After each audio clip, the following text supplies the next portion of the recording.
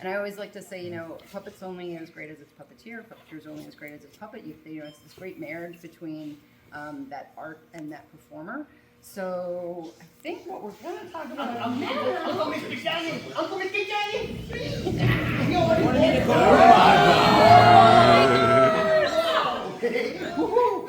I wasn't expecting all these people. Wow, look at this. Hi, Junior.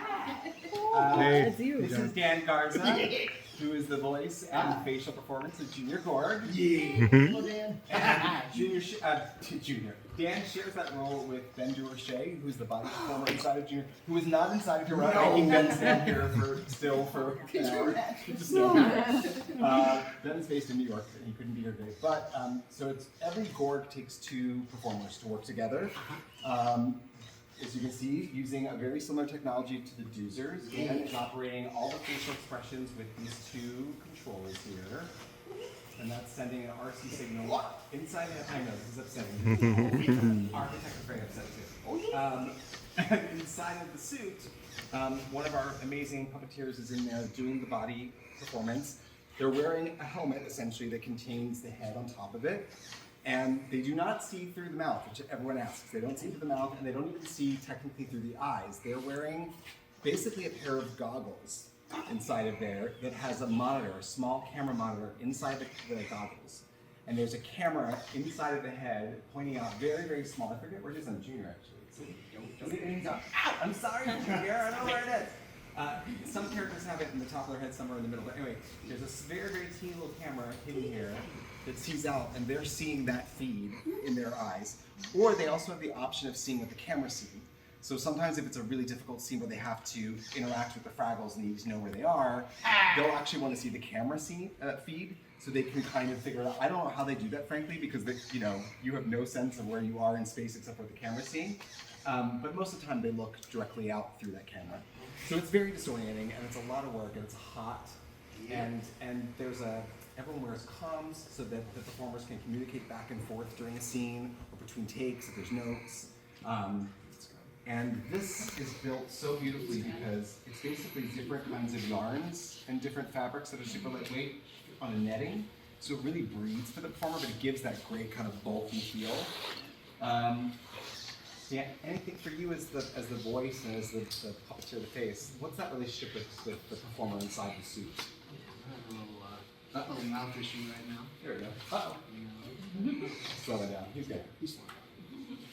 Yeah, with Junior, he's a, I'm like, is he having a stroke? Yeah, it's a little different. This is a legacy character that I held very, very close to my heart, and I love Richard Hunt and everything that he brought to Junior, and so it was a fine line between making him, honoring Richard's work, and then his jaw's a little wonky. Honoring Richard's work and also making him my own and making him true and honest. So there's a fine line there, and a very trusted friend said, "Look, man, you're never going to be Richard. You just have to make it your own, and you have to do what you do." So yeah, there's a little bit of Richard. There's a lot of us, because it's not just me. Benny inside the costume. You okay in there, bud? Poor Ben. Yeah, he said what? Oh yeah. Sometimes he leads, and sometimes I do, and we just follow each other in the process. And it's a wonderful opportunity to improvise, especially when you know each other and you trust each other. Johnny and I get to do Philo and Gunge, and we trust and we know each other and we love each other. And so If he decides to go one way, then... I go that way too. No, absolutely. But if he... about. Oh, no, absolutely. Give and take. Oh, it's a lot of give and take. It's side by side, like Someone High. Oh, yeah, You know like... what I'm talking about? Oh, yeah. Like Laurel and Morty. but that's a huge part of puppetry is the trust and the camaraderie and the love and the family, because you hear that term get thrown all over the place. But I spend more time, anywhere from 12 to 15 hours on set with people, and we become this huge knit family. And you really, I mean, the facial voice performers for the Gorgs really are kind of the eyes and the ears to some degree for the performers inside the suit, because the set that the Gorgs garden is built on is massive, and it's built like a real yard. If you look at it, there's hills, there's a bridge, there's rocks, so it's very dangerous. And so oftentimes as they're rehearsing, even in the middle of take, because they can communicate, they can say, look out, go to the right, look out. You know, they're really looking out for each other, and I think it's the ultimate form of collaboration between performers, because they're not just bringing a character to life, they're also physically looking out for each other too. And there was a beautiful, like you were saying, a give and take between, Ben will say, well, what if I turn this way? And if the eyes looked at the same time, it would get this across. And Dan can say, great, and I'll say it on this line, you know? No. Yeah. No, and one thing I'm gonna, this is something that you'll be able to see now that I've told you, but there are points when Benny has to look through the mouth.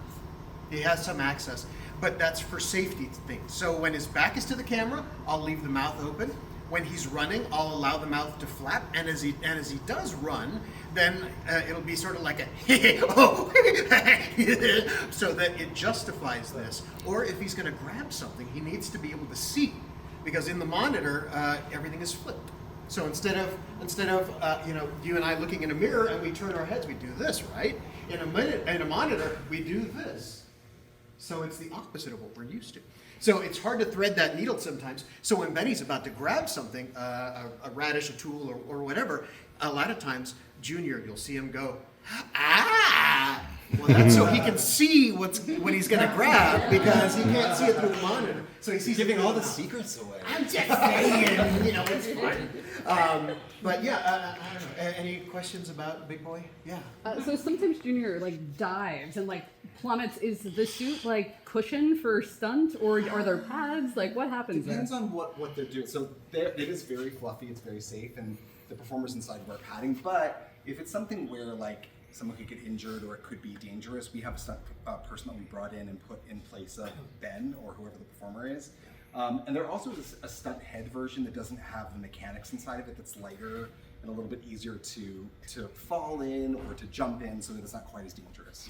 But we're very, like, it's safety first always, especially for those inside, because, you know, it's a giant thing you're wearing on your body, and it could get dangerous. And a body this size normally doesn't run, but anytime Benny has done a stunt, I try to run as fast as I can up to make sure that he's okay, and because he's always checking in on my thumb to make sure I haven't sprained something.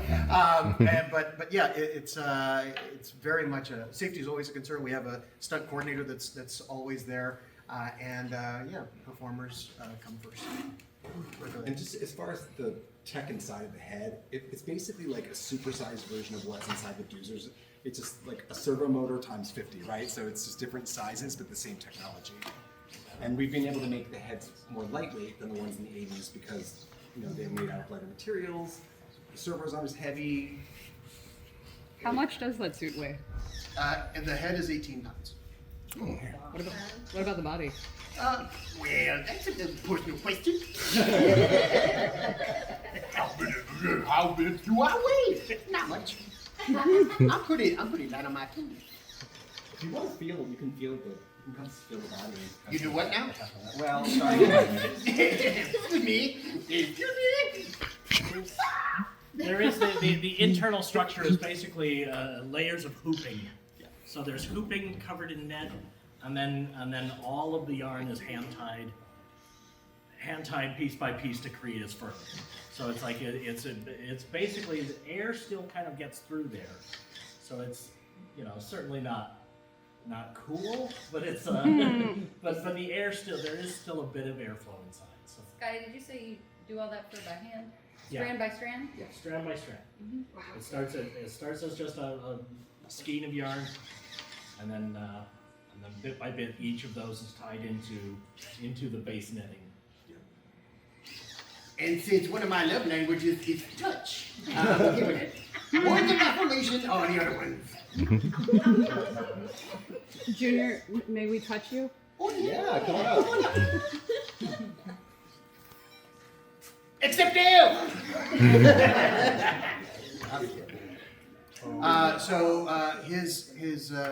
if you want a little more technical, this particular Waldo, side to side, moves his eyeballs, side to side. And then this is a thumb cup, and the thumb cup handles 2 servos, 1 on each side. So he's got this side or that side. So if I was gonna do something like chew, oh, that's good. And then I have a switch over here that I can do it as 1. So all I have to do is back and forth like that, and it'll do that. And then over here, I have a little switch that does close, normal, wide. So I can do any number of those. So if I'm feeling sneaky.